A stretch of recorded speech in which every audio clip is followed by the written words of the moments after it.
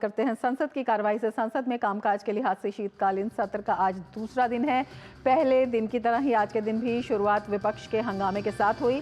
हंगामे के कारण राज्यसभा की कार्यवाही दिन भर के लिए स्थगित कर दी गई। विपक्ष ने अदानी और संभल मुद्दे पर नियम 267 के तहत चर्चा की मांग को लेकर हंगामा किया। सभापति ने नियमों का हवाला देकर सदन को चलाने के लिए विपक्ष से आग्रह किया, लेकिन विपक्ष अपनी मांग पर अड़ा रहा। लिहाजा सदन की कार्रवाई पूरे दिन के लिए स्थगित करनी पड़ी।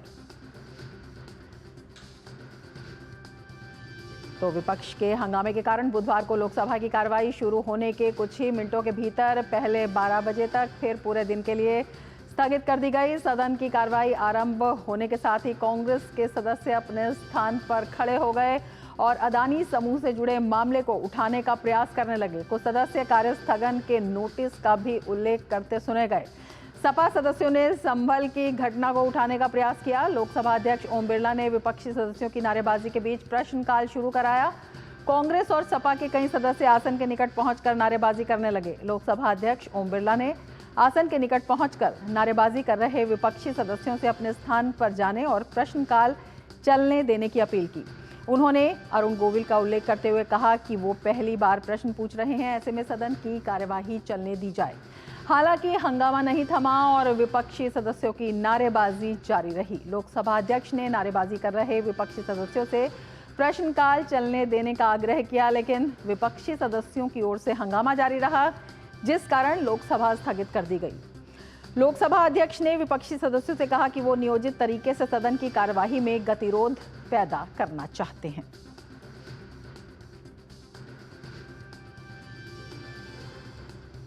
और हमारे संवाददाता ऋषि कुमार हमारे साथ जुड़े हुए हैं और ज्यादा जानकारी के साथ संसद भवन से। ऋषि, अगर देखा जाए जिस तरह से विपक्ष हंगामा कर रहा है और शुरुआत से ही, तो जिस तरह से ये आशंका जताई जा रही है कि एक नियोजित तरीके से विपक्ष जो है चाहता है कि सदन ना चले, वो साफ होता हुआ दिखाई देता है।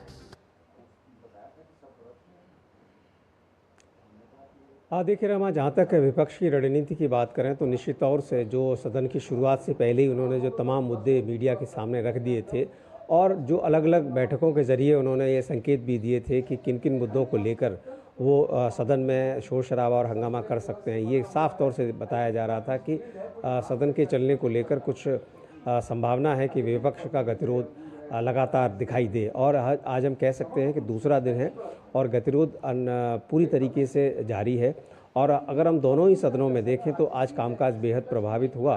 ख़ासतौर से शुरुआत करें अगर हम राज्यसभा से, तो राज्यसभा में विपक्ष की तरफ से 18 नोटिस कार्य स्थगन प्रस्ताव के थे, जो कहीं से भी कराना सभापति के लिए संभव नहीं था, क्योंकि अगर एक नोटिस को लिया जाता है तो दूसरे नोटिस पर शोर शराबा और हंगामा हो सकता है। तो उन्होंने साफ कहा कि अभी भी अगर हम पुराने जितने भी रिकॉर्ड्स को देखें तो कार्य स्थगन प्रस्ताव सेकंड डिजिट में अभी तक नहीं देखे गए हैं।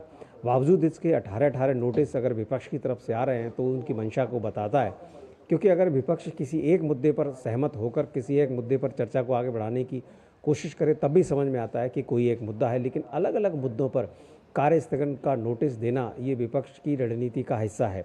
और इसी वजह से उन्होंने सभी नोटिस को खारिज करते हुए कहा कि आपके पास पूरा अवसर है, जिन जिन मुद्दों पर आपने नोटिस दिए हैं उन सभी पर शून्यकाल के दौरान आप अपने जो मुद्दे हैं उनको उठा सकते हैं, आपको बोलने का अवसर देंगे, लेकिन आप नियमों का पालन करते हुए सदन की कार्यवाही को चलने दें। ऐसा नहीं होने पर पहले सभापति ने कोशिश की कि 11:30 बजे तक सदन को स्थगित करके दोबारा चलाया जाए, लेकिन फिर से वही सीन दिखाई दिया और उसमें समाजवादी पार्टी और कांग्रेस के सांसद, चाहे वो आम आदमी पार्टी के हों, डीएमके के हों, सभी लोग अलग अलग मुद्दों को लेकर शोर शराबा हंगामा करते हुए दिखे, जिस वजह से राज्यसभा की कार्यवाही कल तक के लिए स्थगित करनी पड़ी। वही स्थिति लोकसभा में देखी गई। पहले सदन को 12 बजे तक के लिए स्थगित करना पड़ा और 12 बजे जैसे ही आगे कार्यवाही बढ़ाने की कोशिश की गई तो लोकसभा अध्यक्ष के, जैसे कि आपने भी बताया, उनके आसन के करीब आकर नारेबाजी करने लगे। खासतौर से समाजवादी पार्टी के जो सांसद हैं वो, उनका जो यहाँ पर आरोप है कि जो राज्य सरकार है उनकी तरफ से भेदभाव किया जा रहा है, लेकिन जो वहाँ की वस्तु स्थिति है उसको पुलिस ने कई बार मीडिया के सामने रखा है और उसमें जो लोग दोषी हैं उन्हीं के खिलाफ कार्रवाई की जा रही है और वो नोटिस कर रहे हैं कि किस माध्यम से उनको आइडेंटिफाई किया जाए। और इसमें जो पुलिस ने अब तक बताया है कि उनके खिलाफ कार्रवाई की जा रही है, जो कि कैमरे के में साफ तौर से देखे जा रहे हैं।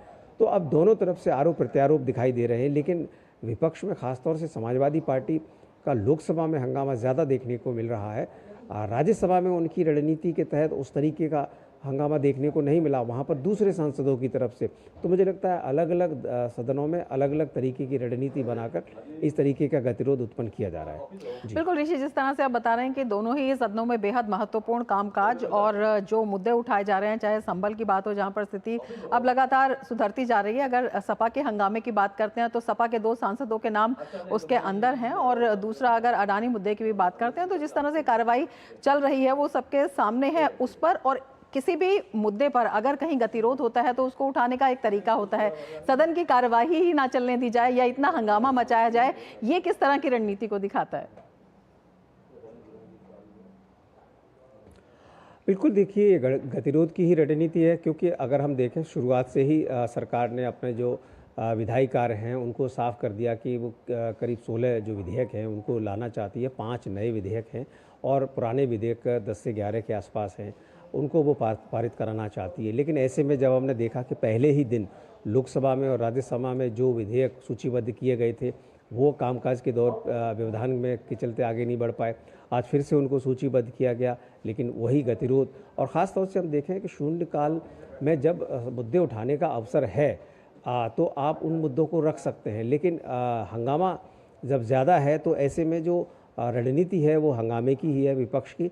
लेकिन सरकार की अब देखना होगा कि किस तरीके से आगे बढ़ती है, क्योंकि लगातार जब गतिरोध होगा, क्योंकि हम जानते हैं कि शीतकालीन सत्र में मात्र 19 दिन जो कार्य दिवस के रूप में हैं, और उनमें से अगर 2-3 दिन शुरुआत में ही खराब होते हैं, अब देखना होगा कि क्या शुक्रवार तक कोई रणनीति बन पाती है जिससे कि सदन चल पाए, क्योंकि विधायी कार्यों को आगे बढ़ाना सरकार की ज़रूरत है और लोगों के लिए जो उनके ज़रूरत भी है और लोकहित के लिए भी ये बेहद ज़रूरी है। ऋषि, आप नज़र बनाए रखें। अगर सरकार जी ऋषि, शुक्रिया पूरी जानकारी के लिए।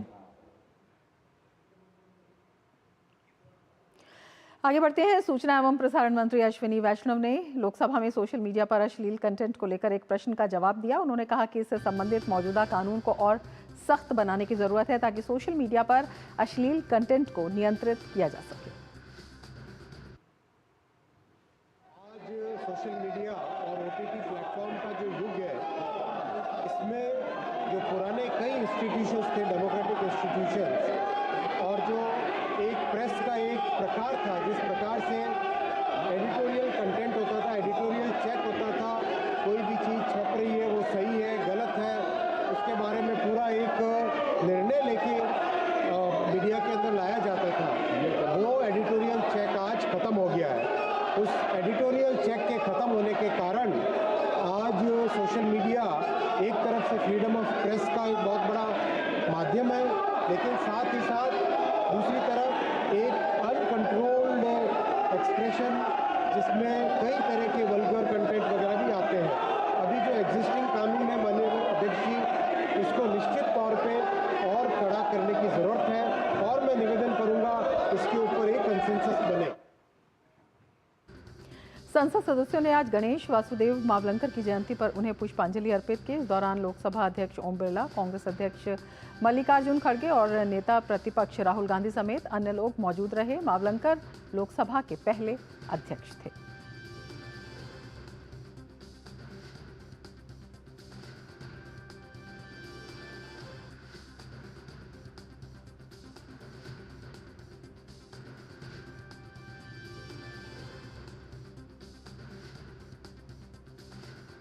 जाने माने कारोबारी